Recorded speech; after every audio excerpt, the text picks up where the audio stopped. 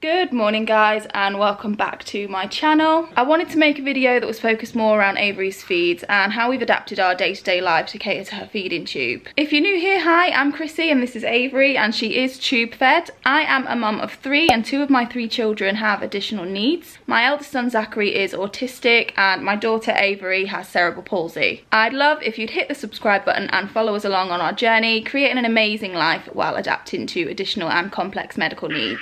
Avery woke up at around 6 this morning, which is a little bit early for her, but that's fine. I usually get her feed sorted as soon as she wakes up. She has 2 medicines in the morning, one for seizure control and one for her dystonia, and then I also give her a multivitamin in the morning. And that all gets flushed down with around 100 ml of cooled boiled water. Avery is pump fed, but I'll go more into that a little bit later on. So as you can probably see, Avery's managed to soak herself in the short amount of time that we've been sat here, so I think it's time to get her dressed. One of my favourite parts of the day has got to be picking out what Avery's going to wear. It's quite warm today, so I think I might go with this. This is really pretty. She's also going to need some socks, and this actually matches that little romper, so I think we'll go with that as well. Avery, that's better. Avery's all ready for the day. She's a little bit grumpy today. She's a bit poorly. If you saw my morning routine video a couple of weeks ago, you would have seen her starting to get poorly then, and turns out she actually had another infection brewing in her stomach. But it's fine, it's all under control. She has an antibiotic cream for it now, but we're not going to let that stop us. It's a beautiful day outside, it's nice and warm, so I really want to take her to the park and test out her go-to seat in the baby swings. We have to go to our local doctor's surgery anyway to pick up some more dressings for Avery, so I thought that would be a nice way to spend the morning. Speaking of the go-to seat, this is how we've actually been making use of it since we've had it. I know I mentioned in the video that I unboxed the go-to seat that we didn't plan on using it in a pushchair because we already had an adapted stroller that was almost ready to use. We had been provided the R82 Stingray from our local wheelchair service, and we planned for that to be our main pushchair. We needed to purchase the sun canopy and the rain cover ourselves, and we did need those because Avery acts like she's melting in the sunlight. So we purchased those ourselves. They were quite expensive and they took about a month to come. When they did arrive, we got her out of the house in it, we tested it out, and we quickly realised that it just wasn't right for her. The harness system was a bit strange. It was kind of the same as the X-Panda. It's strapped across her thighs instead of between the crotch. She screamed in it like it was a torture device. After that, I called wheelchair services and I had it arranged to be sent back. I don't know how long it's going to take for another referral to be made to wheelchair services, so we had to figure something else out in the meantime, and this is the solution we came up with. We knew we already had the go-to seat, so I didn't want to spend too much money, but I did really want the buggy to have a decent sun canopy. This is the iSafe Sail. You can buy them in different places. I purchased this one on eBay for less than £100, and in all honesty guys, it's the best purchase I've made. It has a brilliant sun canopy. It actually has extra mesh panels that you can pull down out of the hood for even more sun protection. And one of the best bits is if you unzip this part. I can't really do it very well at the moment because I've got Avery in my other arm, but you can pop a tablet or a phone in there and then Avery can watch it while she's in the pushchair, which is great for us because one of the main things that will settle Avery down, if nothing else can, is watching Frozen. And the best part is that the go-to seat fits in it really nicely, and I can also fold it down without having to take the go-to seat out. So yeah, highly recommend this pushchair, even if you don't need any additional posture support. I just think it's a brilliant pushchair on its own.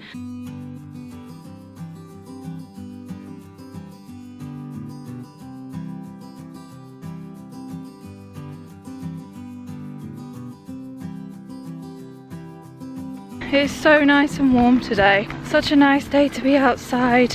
I don't know what it is about the sunshine, but it just makes my mood so much better instantly. Is anyone else like that? Not too sure if Avery is.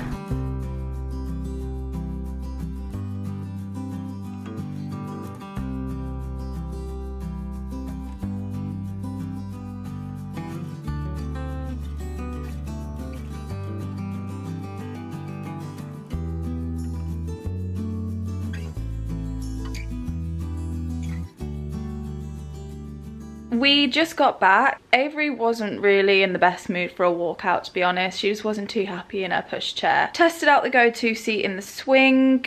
I'm not gonna lie, it was difficult. I'm not sure if it's something that I'm gonna be able to do on my own often, just because I had to get her out of the go-to seat, put her on a blanket on the grass, and then get the go-to seat out of the pushchair, fit it into the swing seat, make sure it was all secure, and then fit her into it. By this point, she was already quite worked up because she just doesn't like to be put down. We went to the doctor's, picked up her dressings. They didn't have it all in, so we've got to go back tomorrow to get the rest. Before we came home, we popped into my mum's. She lives literally right around the corner from the doctor's surgery, so it wasn't really out of the way at all. And my parents got a puppy a few weeks ago, so we wanted to go and give her a little bit of a fuss. She is a pest though, so I'm not gonna lie, I am glad that I could walk away from her. I know that she's not my responsibility, but we still get to go over there whenever we want for a little bit of puppy love.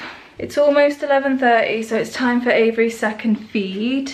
She's quite hungry, so she's whinging a little bit. One of the most important tips to remember about feeding tubes is hand hygiene. That obviously goes for any kind of food prep, but when it's a G-tube, it's even more important because it is an open stoma and it's open to infection. So making sure your hands are really, really clean is important. Avery has 4 feeds at 135 millilitres each day, and they usually run at about 290 ml per hour. I'm not brilliant at maths, but I think that's somewhere between 20-25 minutes per feed. But I think we've just about mastered it. But things will continue to change as she gets bigger. Her volume will need to increase because she'll need more calories. I love outfits that have buttons at the front. It makes feeding her so much more convenient. So here's her button, and just in case you didn't watch my last video all about the feeding tube, the button does need an extension. So that's what this is, and the button needs to be primed with water just so that you're not pushing air into her stomach. And the extension simply slots in to her button, and then you twist it to lock it, and then it's all set. Avery has quite a lot of water with each feed, so I like to split it up either side of the feed.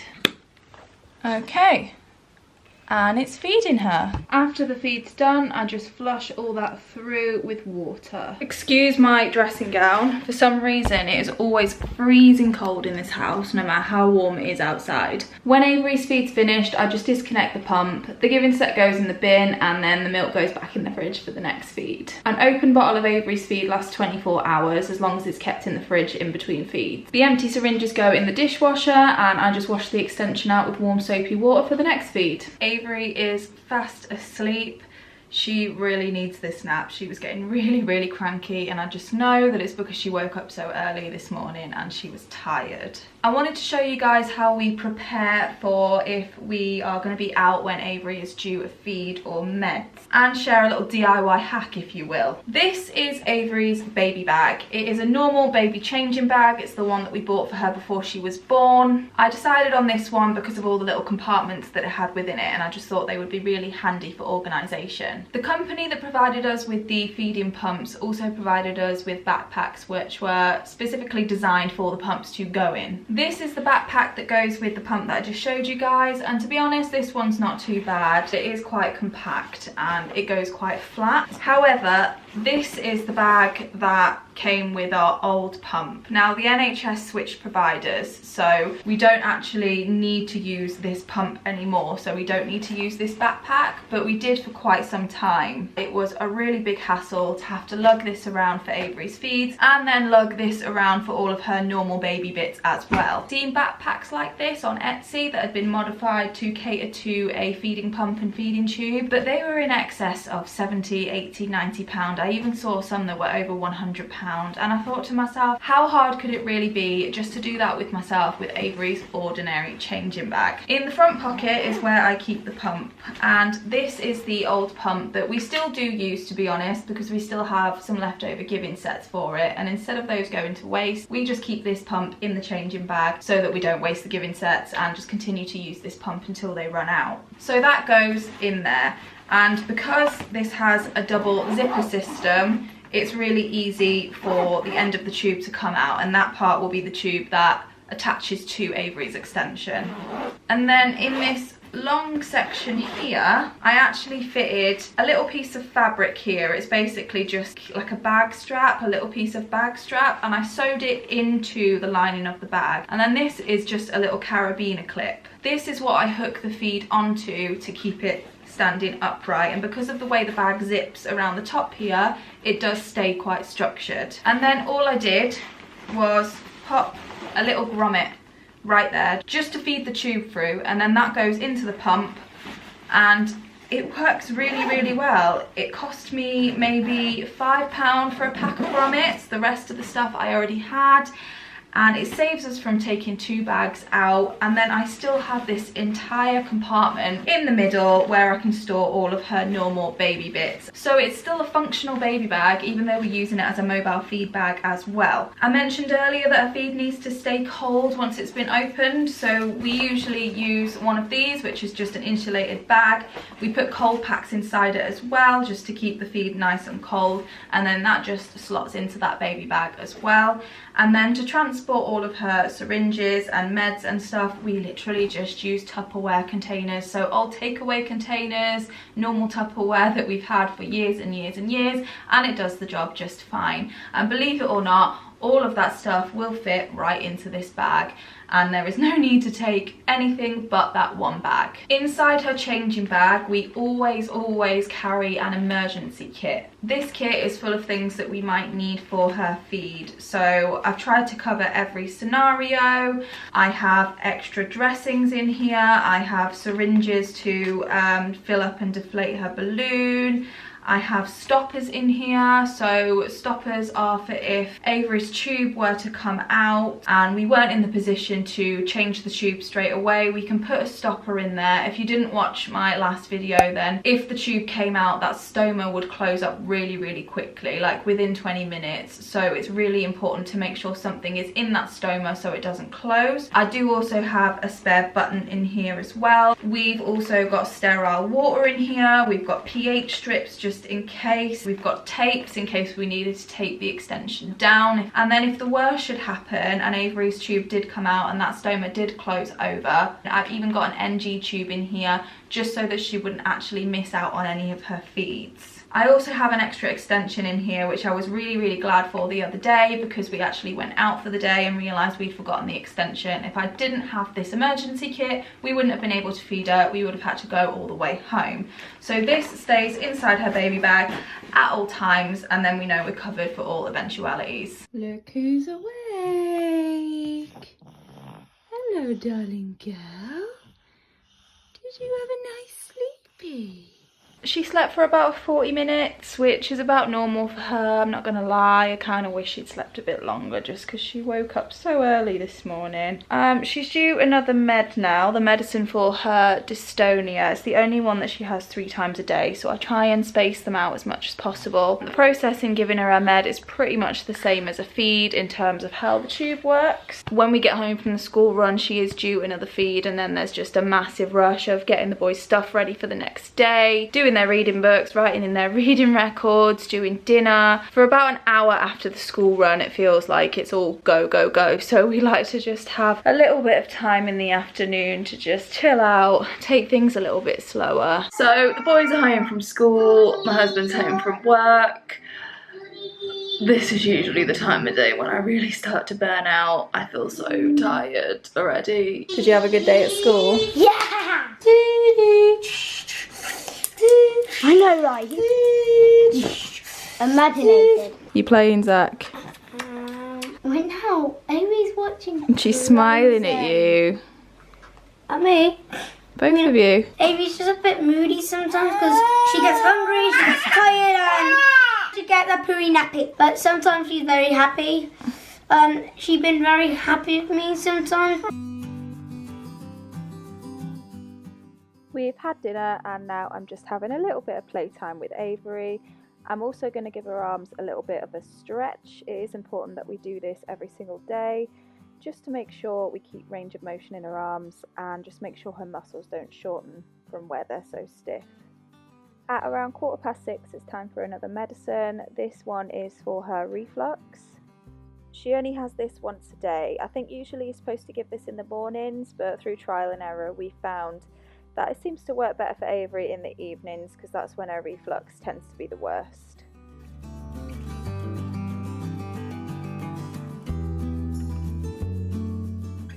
Every day I give Avery's stoma a little bit of a clean and also replace the absorbent dressing that she has. Once a week I also change out the water that's in the balloon in her button.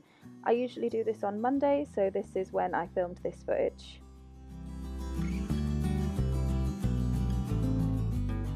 At around 7:30 it's time for Avery's last feed. She has 2 medicines normally with this feed, and then we normally give her either some paracetamol or ibuprofen when she's poorly, just to make sure she's comfortable through the night.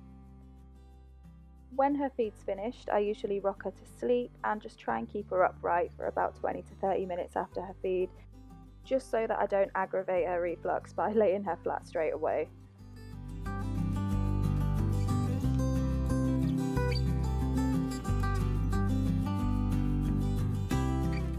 I think that's where I'm going to leave it for today. Once Avery goes to bed, we usually just come and get into bed ourselves and watch TV. I hope you enjoyed this little day in our life. If you did, then please hit the thumbs up button and hit the notification bell so that you're notified of my future uploads. I post every Wednesday at 6 o'clock UK time. And with that said, I'll see you all next Wednesday. Bye guys.